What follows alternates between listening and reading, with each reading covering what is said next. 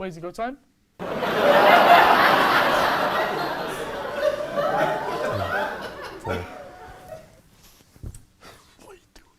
Welcome to the stage, Sadice. Thank you.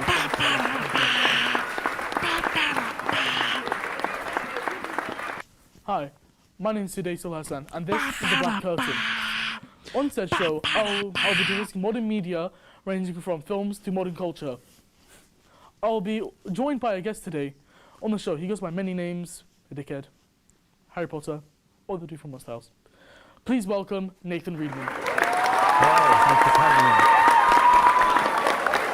Thanks for being here. Please be listening. Thank you.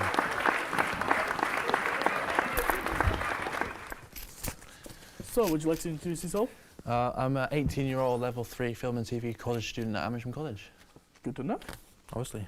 So, our first topic today on the show will be about the Avatar live-action series, which is going to be premiering on Netflix. Well, Yeah. eventually, we don't If have they to do, yeah.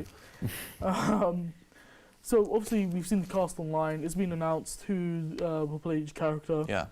And so, what's your opinions on the cast so far? I'm happy that it's a lot of unknown actors. Of course, there's Uncle Iroh, who's originally from Kim's Convenience. Good sitcom. But he's perfect. I think he's perfect for Yeah, so Iroh. even if you got the look, Especially the feel, comparing him to the original, well, the original live-action version of Iroh. Those in the M. Night Shyamalan film, they completely ruined that film. I I think. know, unfortunately. Obviously, Katara and Aang and Sokka all look like they're going to finally be ready for them roles. Yeah, and one thing that's kind of noticeable is the age difference between Aang and Katara, Yeah. which, of course, in animation it's less noticeable, but when it's live action, the age difference between 12 and maybe 14, 15, it's kind of noticeable, and it's going to be kind of weird to see that in person. I mean, they might not even dive into the whole relationship straight away. I know it's hinted at in season 1, but it's not until the end of season 2, begins season 3. Once Yeah, Aang's been injured, yeah. Katara starts caring for him, I think. So we'll see. I mean, by then they could be the similar age. Like they might look a similar age, so it might not be as And plus, awkward. they can always just do movie magic with like makeup or Yeah. other sorts to make them look a little bit older. But then I guess it's also just once Aang's act is older, it might feel a bit more comfortable Yeah. because Katara already looks That'll like she's. probably come in later in like maybe season 2, season 3. If we get a season 2, well, I'm pretty sure we'll get a season 2 and 3. But I feel like the show is going to be successful. I have good confidence in it Yeah, I think. because I think the show is the beginning of the renaissance for Avatar. Yeah, because the last one we obviously got was Korra, the end of Korra. I think, me personally, I think maybe some other fans of the show might be going to a bit sceptical because of what we saw with the film. Yes, and the CGI in that film was poor. But with that said, Netflix's CGI is just way greater. Like, if you look at things like Stranger Things with the Upside Down and with the. But then again, that's one instance of comparing that to an overall. So just say, because they're gonna for their bending, they're gonna have to be able to bend like water. like and I think every episode. CGI water is something that you have to get right. Like, it looks really kind of uncanny It's more valley. like metallic. Yeah. Or And I fake. mean, I want to know what they're going to do for Earth, because in the animation it's easy to kind of show Yeah. the thing, but and then in the live action, it's just a tiny pebble. yeah, it's Going across like the dust of sand. And the Yeah. fire could look cool, and obviously Earth it's going to be pretty easy I think to animate, 'cause it's just boulders and rocks. Yeah. Or fire. Fire, yeah, I think fire is going to be probably. With this new show, do you think they're going to add more to the series, as in expand the world building? Yeah, there's a show on right now. It's actually only got a few episodes left called The Last of Us on HBO. And so that's an adaptation of the game from 2013. And with that, they've changed some things in a good way, but they've also added a lot of backstory to the characters. Yes. Because they've got a lot more time to tell the story, we have a lot more time with the characters to understand. And the chance to add to the story, which you couldn't. But we're saying that, what do you think the episode lengths are going to be? Maybe 40 minutes, maybe. Yeah, because the animation's like 20-minute episodes, right? But I hope they don't over expand the world. You know what I mean? Like add too World much building, to it. yeah, because I feel like we've 'Cause got I feel Korra. Hmm? Because we already know what's going to happen in the Yeah, future. we already so. know what's going to happen. So hopefully they don't try to add things that either won't fit in later, which means they're going to change like a big event, because I think, I don't know, I just worry that too much world building could cause problems. But it's kind of like Marvel, with its most recent phase 4, where it's kind of been over quantity over quality, Yeah, and it's kind of killed the series because none of them have passion projects. You know what I mean? yeah, I think there's such an oversaturation of film and TV. I mean, you go back all the way back to what I think it was 2007, 2008, 2000, when Iron Man came out, and that was such a passion project from Jon Favreau and from the guys at Marvel, and because they wanted to get it up off the air and get it ready. And it was a great start. It was a great movie. But now it's kind of just like, okay, it's a superhero movie. Follow this exact So recipe. you can roll the dice and the story will be made. Yeah, and I also feel like there's some shows where it fits, like Miss Marvel, for example. Miss Marvel is one of the, I think one of the best Disney Plus Marvel shows they did. Much representation, you need that. We do. Yeah, I think especially in that kind of genre, superhero genre. Because there's more of a... Everyone watches a superhero movie. I mean, if you think, go back to DC, for example, the recent DC, I can name maybe one or two Ethnic characters that aren't white Caucasian males. Cyborg. Cyborg, obviously, yeah. And that's it, really. But then think about the original Avengers. True. There's no, I think, there's a difference between representation. And so, with the lack of passion, I think Yes. that's going to be really noticeable Yeah. with the movies recently, because, like I've said recently, there's been, again and again, there's just been more money into the films, but less passion. And with that, I think it's gone to shit. Yeah, I mean, okay, so look at it this way, for example. So the last two films got Black Panther, Wakanda Forever, Ant-Man. There's a lot of passion and love went into respect and Chadwick Boseman into Black Panther, and that was But compare it to Ant-Man. where Ant-Man was very much, spoilers for Ant-Man, it just came out. Ant-Man was very much a set-up movie for what's coming. I mean, there's no way in hell Ant-Man would actually be able to fight against Kang and Exactly, win. because Kang in the comics, he's basically God. Yeah, he is, because he can time And travel. how did they defeat him? I mean, in the even movie? Loki's struggling to... Exactly. So, but yeah, like I was saying, so with Black Panther, because it's so passionate, it was such an elevated, It was amazing a really film. Good movie. When it comes to Ant-Man, and because the passion is there, but it's there for the future. But by the time we get there, they're already setting up the next big thing. So we'll see what happens with the next few I films. think they're worrying about too much about the future rather than caring about the present. I mean, look at Spider-Man No Way Home. That didn't really set up much for the future. That was very much like a passion project, bring everyone passion. together. It's for the fan base, really. And that was one of the best But the Marvel thing is films. why it's well received, because it cares more about the audience than the critics. Yeah. And then with Marvel now, I feel like there's been an oversaturation of comedy.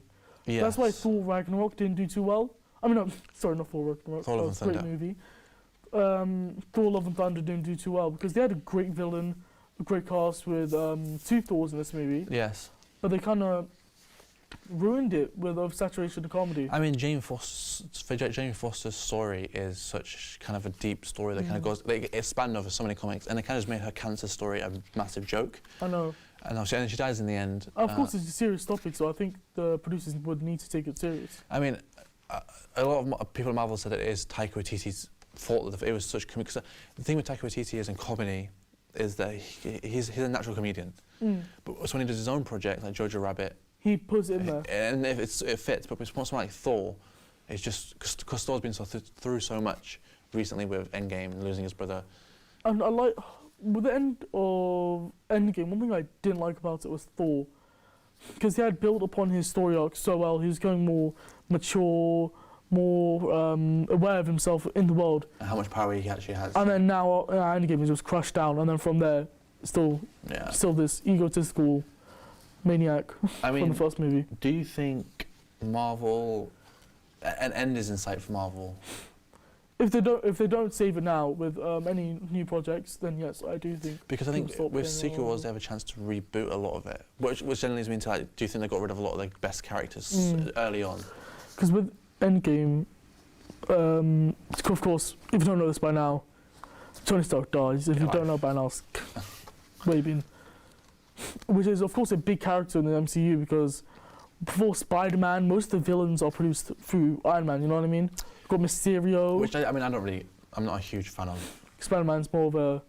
He's always been an independent kind of character, Spider-Man. And with going back to the comedy part, Yeah. with oversaturation of comedy, we're in No Way Home. Yeah. I like the comedy. I liked it, but I feel it was too much. In But No Way those- Home, really? Yeah.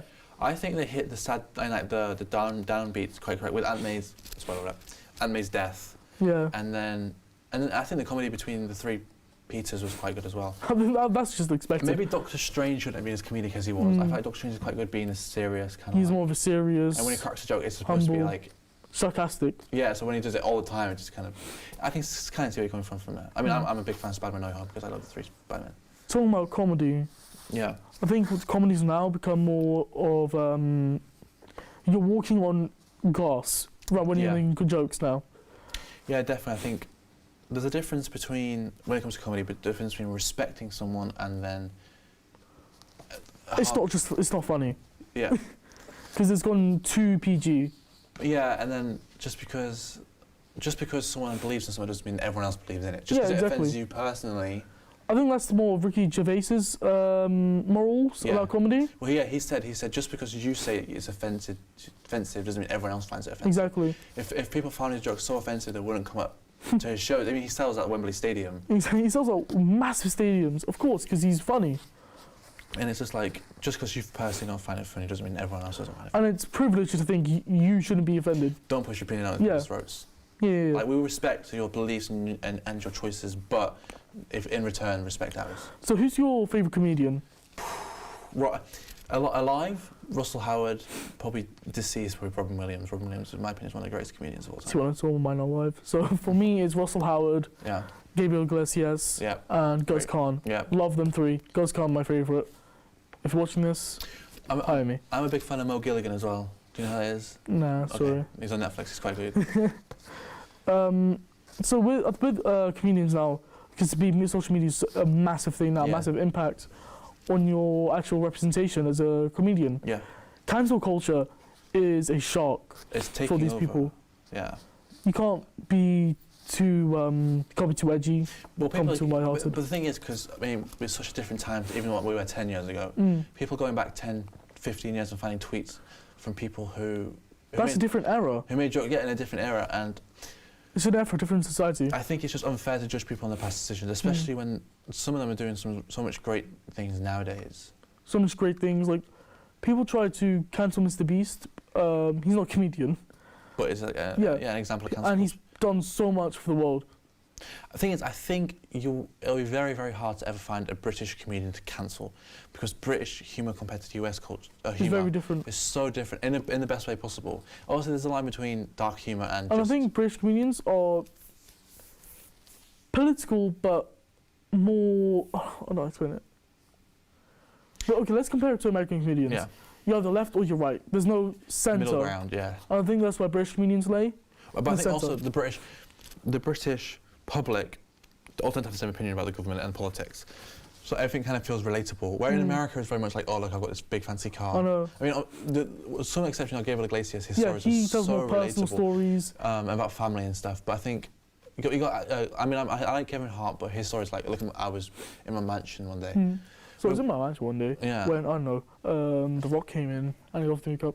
Where you can relate to it. Where you have comedians like Russell Howard who goes, oh, I was watching the news about the politics of it, which Yeah. everyone was doing. Or I was in London and this happened. Because when there's something to talk about, like something big in the news, like the Queen's death, you're gonna make jokes about it. I think a comedy, to tell a good comedy joke, even if it's... It has to be at the expense of someone. Yeah, or something. It has to be relatable at the same time. It has to be start a conversation.